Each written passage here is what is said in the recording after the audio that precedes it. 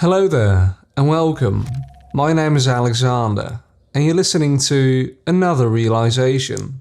I'm pretty sure that you're someone who endeavors to do what you know is right at all times, and that you're also someone who would refuse to do that which you know is wrong. Do you agree that you should always follow your own moral conscience and do what you know is right? Or do you think that someone can force you to do what you know is wrong? If you say that you should always follow your own conscience and your own judgments, then I agree completely.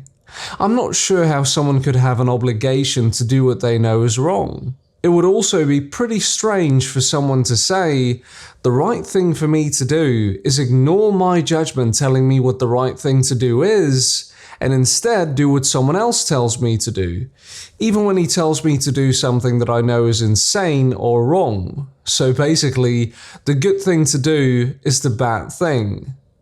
I hope I don't have to explain why that's very strange. As a matter of fact, if we look to history, it is littered with tyranny, oppression, injustice, murder, etc. Not because a bunch of corrupted individuals acquired positions of power, but because the people they ruled over just did what they were told, even when they knew that it was insane or wrong, and chose to do what they knew was wrong, because it was expected of them that they just follow the law, i.e. the commands issued by the people in power. If we look at many atrocities throughout history, they were made possible because they were made into law. It was all done legally. Slavery, for instance, was legal, and anyone who tried to help slaves escape was doing something illegal. They were breaking the law. Hiding Jews during the reign of the Third Reich was also illegal and against the law. And hopefully all of us understand that helping slaves escape and hiding the Jews from the Nazis was not wrong, but was actually the right thing to do. Saving another person's life from certain death and oppression. I know I would have done the same thing, and you might have done that as well. But how can you be sure? These things were only possible because most people did not want to break the law and be a criminal.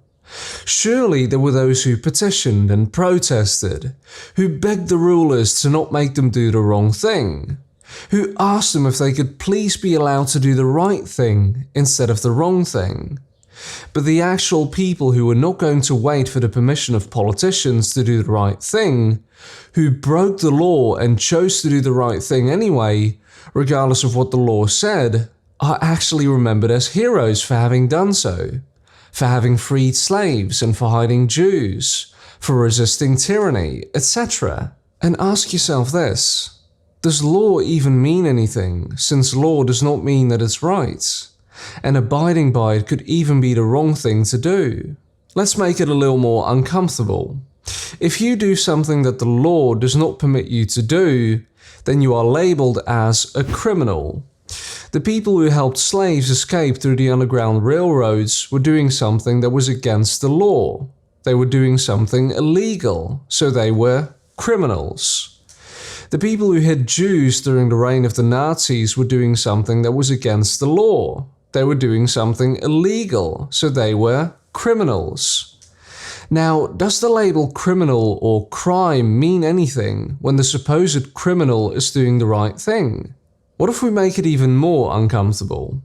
If the people who tried to free slaves through the Underground Railroads, or the people who hid Jews physically resisted law enforcers or police for trying to arrest them, would they be morally justified in doing so?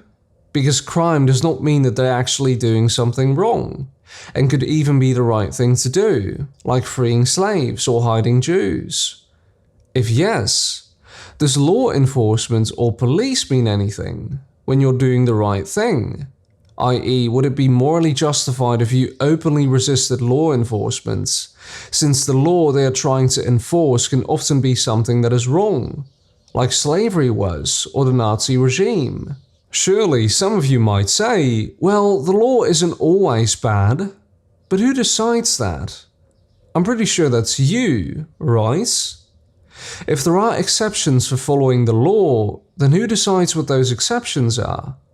You? or the authorities? I'm pretty sure that will be you, right? So then it is not for the authority to determine whether you obey its whims, but you yourself.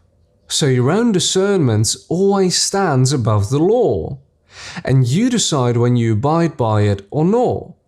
And that can only mean one thing: that law and authority in fact do not stand above your own moral conscience and judgments, and that they therefore possess no authority at all. If the authority depends on how many people adhere to it and believe in it, then there is no authority. The only authority there is the authority that people imagine them to have. Imagine someone saying, "I am obligated to do what he says unless I decide not to." In that case, there is no obligation at all, and thus there is no such thing as government authority. If you're the final arbiter, if you get to decide when you have to obey, then it isn't authority. Authority means the right to rule, which implies the obligation to obey. And if you don't have an obligation to obey, then it doesn't have the right to rule. Surely they will often allow you to protest, whine and complain, and let you ask them to not let you do something that you know is wrong. But why is it up to them to decide what you may or may not do? Aren't you in charge of your own life? Don't you own yourself? What actually is ownership? Ownership is the exclusive right to decide what is done with something. If you own a car, then you are the one who decides whether you lend it to somebody or paint it a different color. Nobody else decides that, which is what makes you the owner of the car. If I own a house and I rent it to somebody, and the renter wants to build a deck or paint it a different color, he needs my permission before he can do that. And I decide whether he gets to do that with my house or not, because the house belongs to me. I own it. So if you own yourself, then you decide what is done with your own body, and what is done with the fruits of your own labor, which you gave your own time, energy, and attention for in order to earn it. You could basically say that you gave a piece of your life in order to earn them. If you own yourself, then you decide what decisions you make with your own life and your own body, and the things you rightfully acquired with it. And you don't need anybody's permission to be able to do anything with it, because it's your life and your body, and not anyone else's. The same principle applies when people claim ownership over someone else. With slavery, for example, the owner of the slave is the one who decides what the slave may or may not do, what he may or may not take into or do with his own body, and how much he can keep of what he produces. The slave doesn't get to decide that for himself, but the slave master does, which is what makes him the owner of the slave. He is the one with the right to decide what is done with the slave and the fruits of his labor. And therefore, the slave always needs his master's permission, because the master owns him. He doesn't own himself. Of course, there are varying degrees of slavery. Let's say that the slave master did not take everything that the slave had produced, but just took 75%, and let the slave keep the remaining 25%. Or if he decides to let the slave keep 50%. Or if the slave is really lucky, the slave master only takes 25%. And let's say that the slave master allowed the slave to be more free and able to make a lot more decisions in life, except for the ones the master does not allow him to make without his permission or permit. In fact, government also made into law that they are allowed to take the fruits of your own labor and tell you what you may or may not do, and hurt you and cage you if you disobey. Does the act of them making it into law give them the right to do that to you? Because slavery was also made into law, and was also legal, yet it was still wrong and illegitimate. So does that mean that it's legitimate and okay when government does such things? The amount of freedom that a slave is permitted to have under a master matters not, because the premise is still exactly the same. It is up to the master or government to decide how much you can keep of what you produce, and it's still up to them to decide what you may or may not do, what you can or cannot do with your own body, and how free you may or may not be. You still need their permission to do anything, because the decision is theirs to make. And if you need someone else's permission to do anything, he owns you. Are you really the slave or property of someone else? Or do you own yourself? And do you decide what you do in life? And do you decide what you do with your own body and the fruits of the labor that you were able to produce with it? Are you the one who decides what you will do? Again, it would be pretty strange for someone to say, the right thing for me to do is ignore my judgment telling me what the right thing to do is, and instead do what someone else tells me to do, even when he tells me to do something that I know is insane or wrong. Hasn't it at all occurred to you that nobody ever asked you for your permission to be part of someone else's plan that he will aggressively impose on you? Has anybody ever asked you, do you even want someone else to be in charge of your life? Do you want someone else to forcibly take your money every month without your consent? Do you even want to pay for whatever it is they force you to pay for? Has it ever occurred to you that you should be in charge of your own choices? That nobody else can force you to make a decision that you don't want to make? Strangely, we recognize that as coercion, something you are not allowed to do as a single individual. But do you agree that they are allowed to coerce people?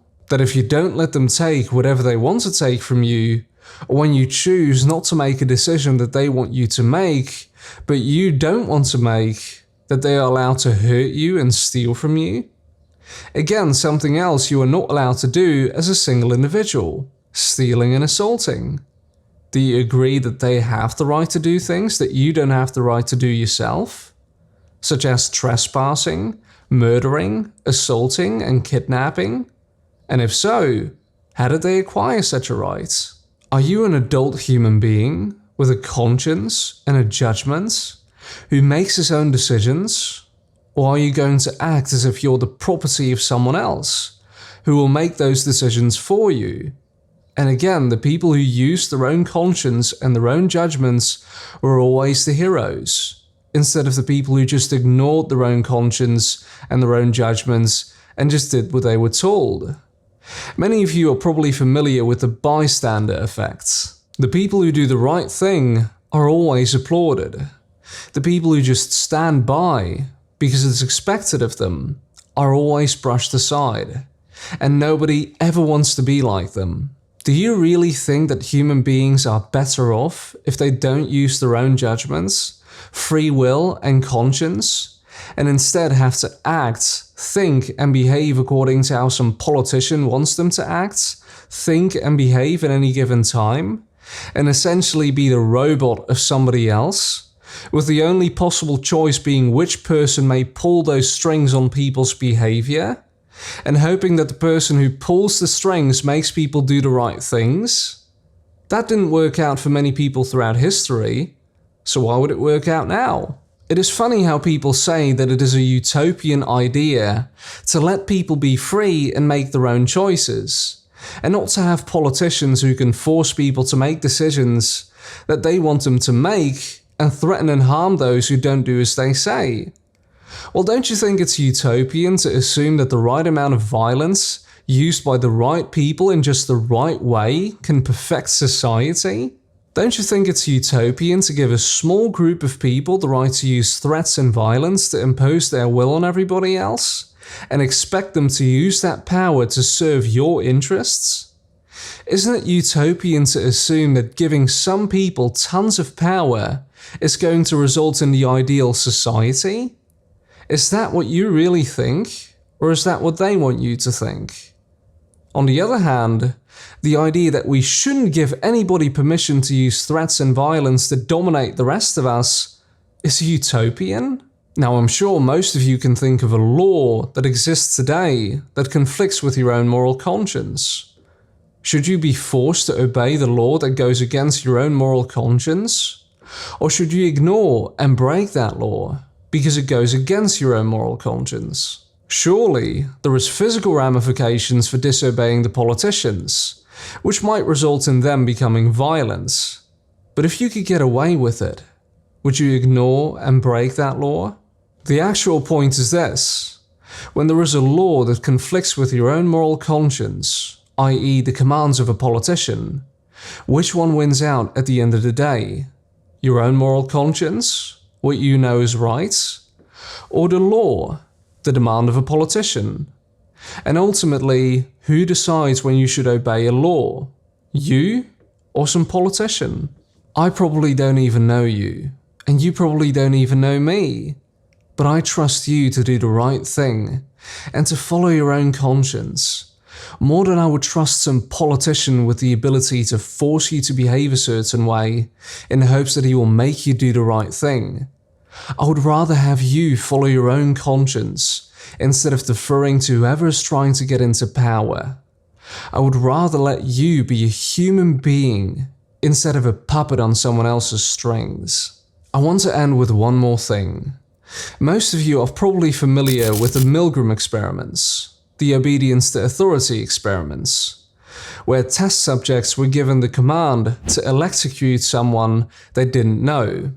And the one being electrocuted was an actor who pretended to be electrocuted and acted as if he died at the end of every unhalted experiment. And the goal was to measure to what extent people would obey an authority figure. And the results were that most people ended up electrocuting someone to death. Not really, of course, for the mere reason that an authority figure told them to do so. And people might point to that and say, well, you see, that's just human nature. Well, consider this. They also did another variation, where they placed another individual next to the test subject, who was also an actor, and his role was to be the dissident. This is also known as Experiment 17, which you can read from Stanley Milgram's book, Obedience to Authority. And at a given point during the experiments, the actor said, "Screw this, I'm not doing this anymore, this is wrong." Almost every single time, the test subject immediately stopped as well and said, "Yeah, I'm not doing this either, screw this." For some people, it only takes one person to give the right example, and they will quickly follow suit. Are you going to be the one who gives the right example and do what you know is right? Or are you going to stand by until somebody else shows you the right example? Please share this video so that it can reach a lot more people. Thank you for watching, and I'll see you soon.